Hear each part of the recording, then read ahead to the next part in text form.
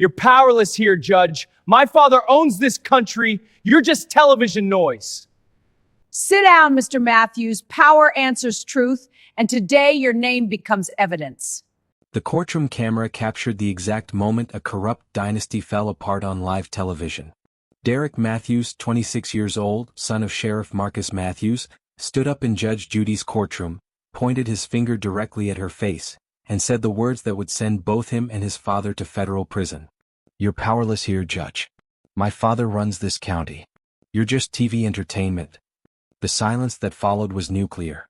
Judge Judy's face went pale, not with fear, but with the kind of rage that precedes total annihilation. What Derek Matthews didn't know, what he couldn't possibly have known, was that 2 FBI agents were already sitting in the back of that courtroom with arrest warrants in their briefcases. He didn't know that Judge Judy had spent 6 months building a federal case against his father. He didn't know that every arrogant word coming out of his mouth was being recorded and would be used as evidence in a corruption trial that would destroy his entire family. And he definitely didn't know that his father, the untouchable Sheriff Marcus Matthews, was being arrested at that exact moment, 3 miles away at the county sheriff's office. But here's what makes this story absolutely insane. This wasn't just about one car accident or one lawsuit. This was about 26 years of corruption, bribery, evidence tampering, and a father-son criminal enterprise that had terrorized an entire county. Derek Matthews had committed the ultimate sin. He walked into Judge Judy's courtroom thinking his last name was a shield, and he was about to learn that it was actually a target. Before I show you exactly how Judge Judy systematically destroyed this entitled brat and exposed his father's criminal empire on national television, I need you to do something for me. Smash that like button right now, because what you're about to witness is the most satisfying takedown of police corruption ever caught on camera. Seriously, hit that like button so hard your screen cracks, and subscribe to this channel because we're exposing entitled people who think they're above the law, and trust me, the moment Derek realizes his daddy can't save him will restore your faith in justice. Also, tell me in the comments where you're watching from, and if you've ever dealt with corrupt cops who think their badge makes them untouchable. You need to see this. This video is already going viral and you're about to find out why. Let me take you back to March 15, 2024. Maria Santos, a 34-year-old single mother and nurse, was driving home after working a double shift at County General Hospital. She had saved for 5 years to buy her Honda Civic. Every payment represented overtime shifts, skipped meals, sacrifices for her daughter. She was stopped at a red light on Jefferson Boulevard when Derek Matthews, texting on his phone while holding a Starbucks coffee, rear-ended her at 60 miles per hour. The impact was so violent that Maria's car spun completely around. Her neck snapped backward. Her vision went blurry. She couldn't move for 30 seconds, terrified that she was paralyzed. When she finally stumbled out of her destroyed car, shaking and crying, Derek Matthews was already on his phone. Not calling 911. Not checking if she was okay. Calling his father, Sheriff Marcus Matthews, and saying the words he'd said dozens of times before. "Dad, I need you to handle this." What happened in the next 48 hours was a masterclass in corruption. Sheriff's deputies arrived within 3 minutes, not because they were close, but because Derek's father had personally dispatched them. The police report, filed by Deputy Robert Jennings, the sheriff's best friend for 20 years, blamed Maria for the accident. Failure to maintain lane, the report said, despite the fact that she was completely stopped at a red light. Maria's dash cam, which had captured everything in crystal clear high definition showing Derek texting and not braking until impact, mysteriously became corrupted when she brought it to the police station.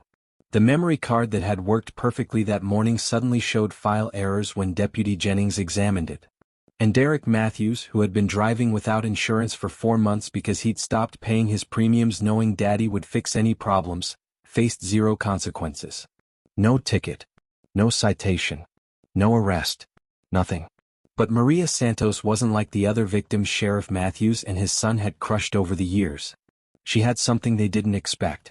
She had backed up that dash cam footage to the cloud. She had recorded the threatening phone calls that started the day after she tried to file a complaint. She had photographed the sheriff's patrol car that parked outside her apartment for hours, intimidating her into silence. And most importantly, she had the courage to submit her case to Judge Judy's show, not knowing that Judge Judy had been waiting for exactly this kind of case. A case that would let her expose corruption so deep that it would trigger a federal investigation and bring down an entire criminal enterprise disguised as law enforcement. Derek Matthews had never worked a legitimate job in his entire life, and why would he? His father was Sheriff Marcus Matthews, a man who had transformed a small county sheriff's office into his personal criminal organization over 26 years. Derek lived in an $800,000 house that his father had purchased in cash.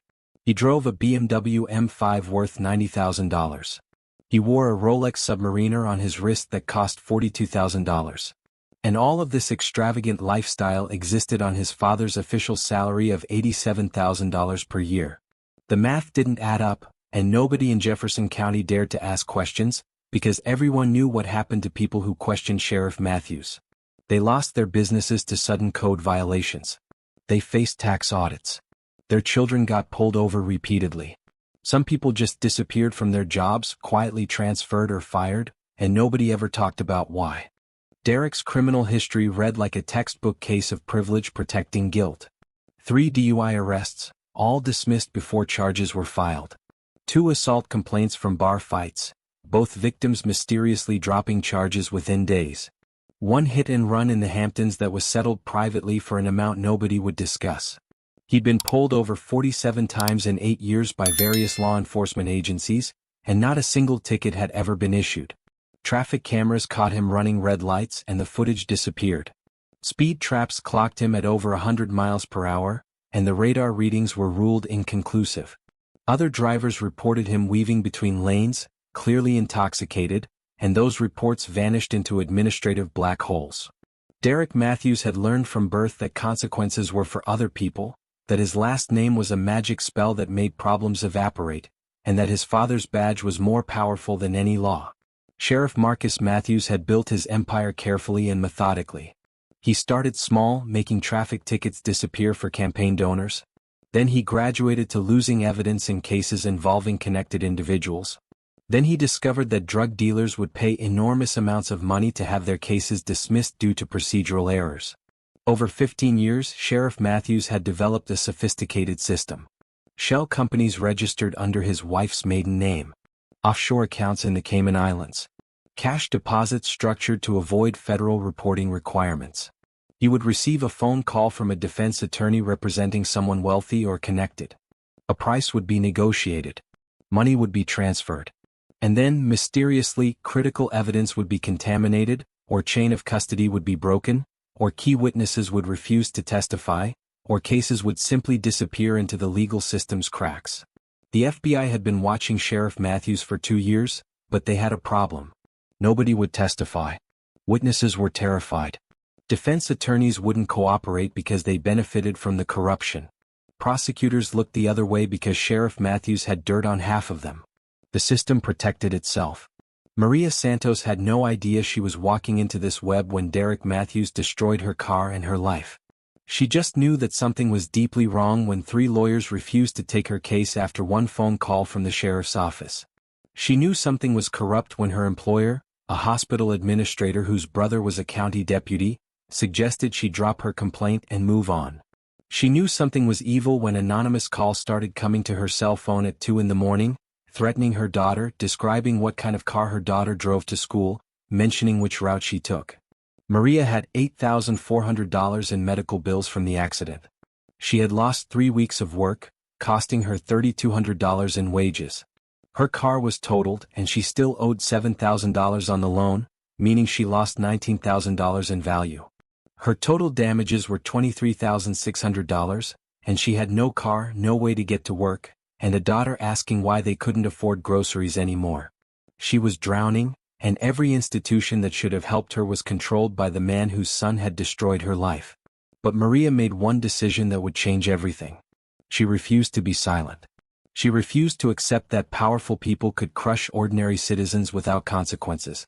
And when Judge Judy's producer called her and said the judge specifically wanted her case, Maria Santos didn't know she was about to become the catalyst for the biggest corruption takedown in county history. What Maria Santos didn't know was that Judge Judy Scheinlin had been hunting Sheriff Marcus Matthews for 6 months before their case ever crossed her desk. It started with an anonymous email from a retired county prosecutor who had left Jefferson County in disgust after watching the sheriff kill a major drug trafficking case. The email contained names, dates, case numbers, and a simple message. Someone needs to stop him, but nobody here has the courage. Judge Judy had built her legendary reputation on one unshakable principle. She could smell a liar from across a courtroom, and she had zero tolerance for people who abused power to hurt innocent victims. She assigned her research team to investigate Sheriff Matthews, and what they uncovered made her blood boil. 23 serious criminal cases dismissed or sabotaged over 5 years. 47 traffic stops of Derek Matthews with zero consequences. 12 deputies who had tried to report corruption, all transferred, demoted, or fired within months.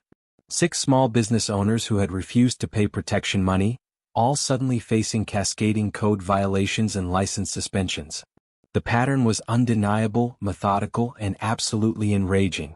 Judge Judy made a decision that went far beyond her television show. She contacted FBI Special Agent Elena Rodriguez from the Public Corruption Unit and shared every piece of evidence her team had compiled. Agent Rodriguez had been trying to build a case against Sheriff Matthews for 2 years, but the wall of silence in Jefferson County was impenetrable. Witnesses were terrified. Physical evidence disappeared. Digital records were mysteriously corrupted. But Judge Judy offered something the FBI didn't have: a national platform and the element of surprise. Together, they developed a strategy that was brilliant in its simplicity. Let Derek Matthews walk into the courtroom thinking he was untouchable. Let him bring his arrogance and his daddy's protection. Record everything he said. And then systematically destroy every lie with evidence he didn't know existed. The FBI would handle the criminal investigation. Judge Judy would handle the public exposure. And Maria Santos would get the justice that every other victim had been denied. For 3 weeks before the trial date, Judge Judy's team worked around the clock. They subpoenaed Derek's insurance records and discovered he'd been driving uninsured for 4 months. They obtained the original dash cam footage from Maria's cloud backup, bypassing the corrupted file the sheriff's office had created. They tracked down the phone records showing the threatening calls to Maria came from burner phones purchased with Sheriff Matthews' personal credit card. They analyzed Sheriff Matthews' financial records and found $3.2 million in assets that couldn't be explained by his salary.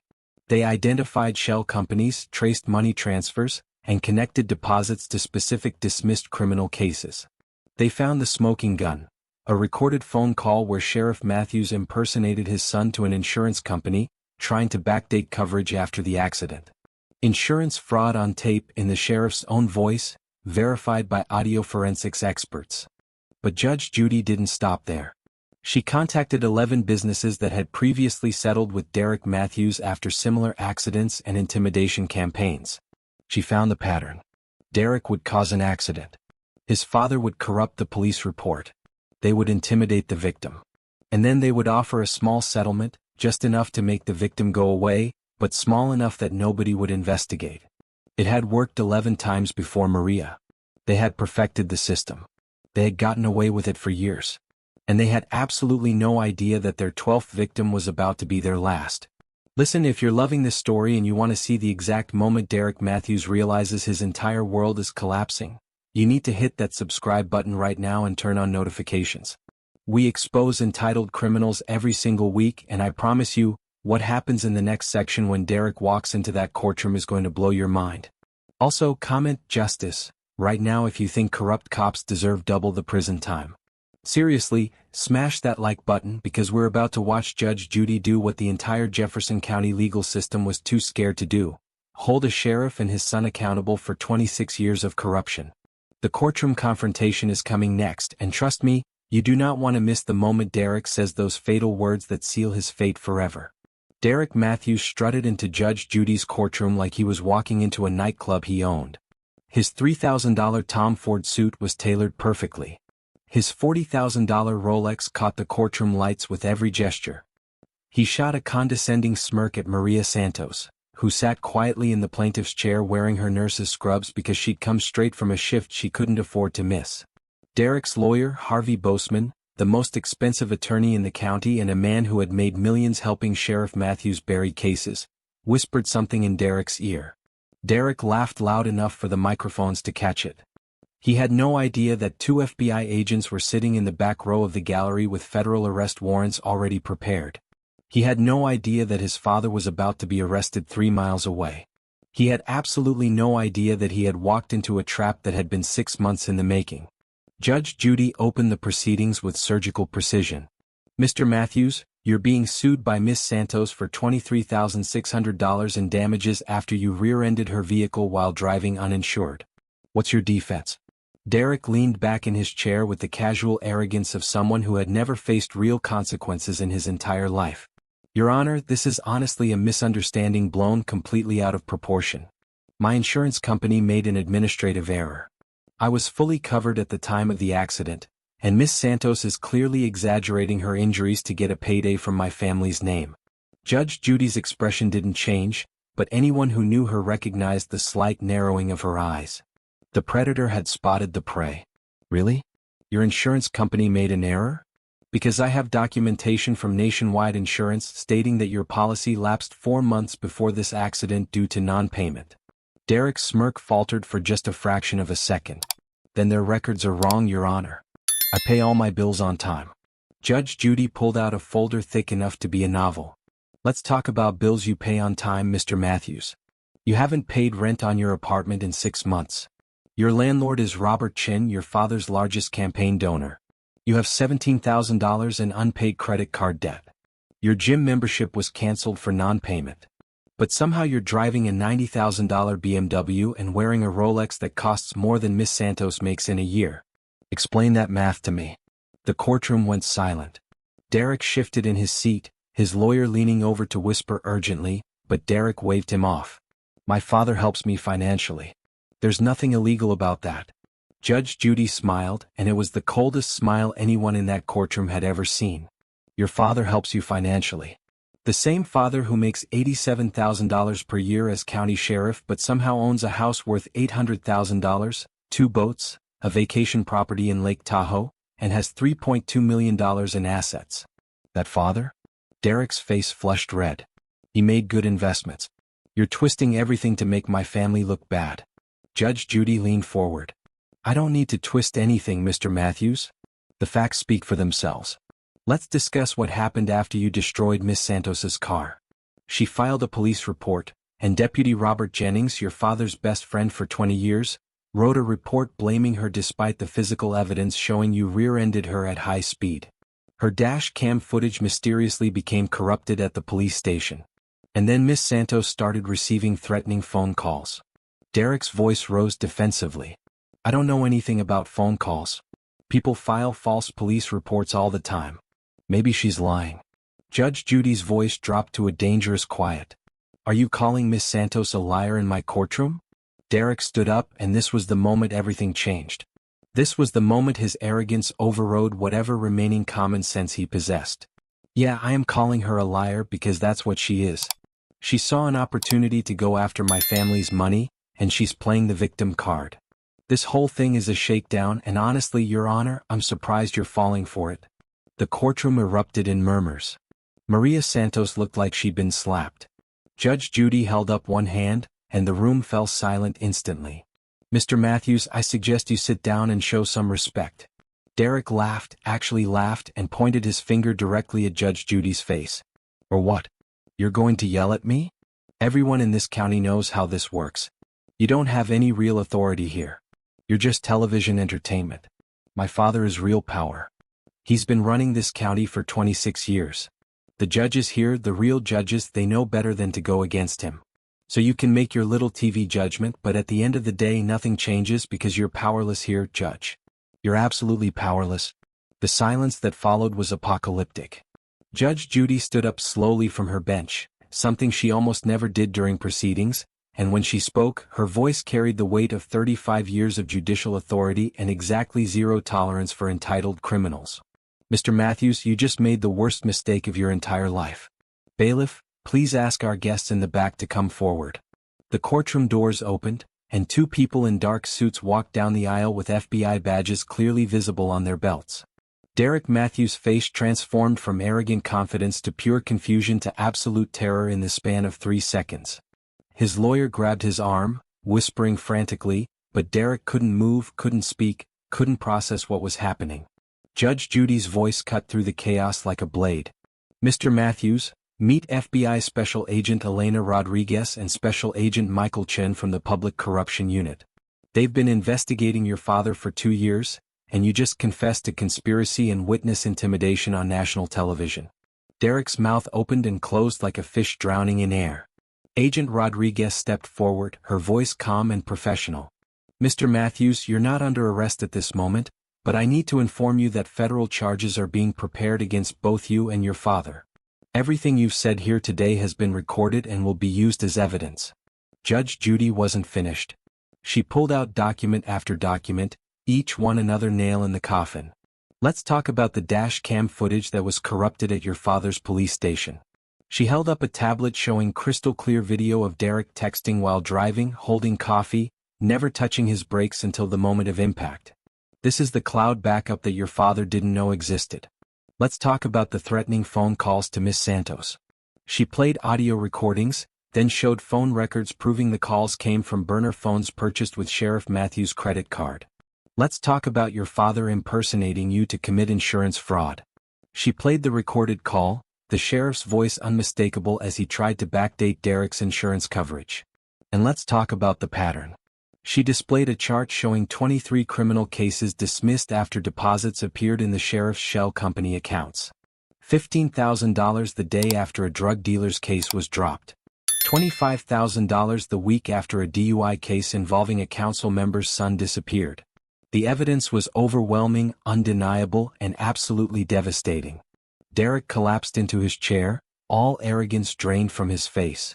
Judge Judy turned to Maria Santos with an expression that softened just slightly. Miss Santos, I find in favor of you for $23,600 in actual damages. But I'm also awarding you $100,000 in punitive damages for the malicious conduct, intimidation, and corruption you endured. Total judgment. $123,600, due immediately. Maria burst into tears, covering her face with her hands. Agent Rodriguez approached the bench.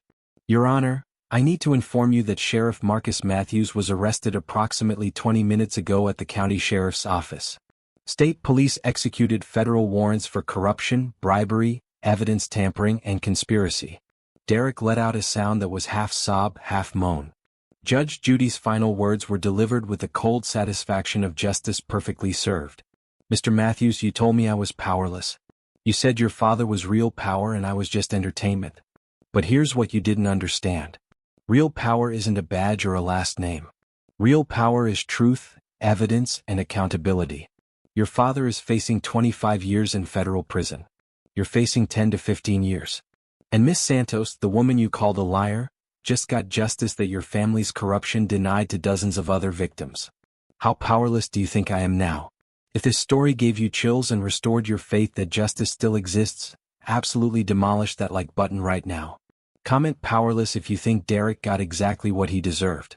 Share this video with everyone who needs to see what happens when entitled criminals meet real consequences. Subscribe and hit that notification bell because we're exposing corruption and entitled behavior every single week. And trust me, the next video is even more insane. Within 24 hours of this episode airing, the clip had 50 million views across every platform. Derek Matthews was formally indicted on 7 federal counts and sentenced to 12 years in prison. Sheriff Marcus Matthews received 25 years and will die behind bars. Maria Santos used her settlement to buy a new car, pay off her debts, and create a scholarship fund for immigrant nursing students. And Judge Judy's response to "You're powerless" became the most iconic moment in courtroom television history. Real power always wins. Always. Thanks for watching and I'll see you in the next one.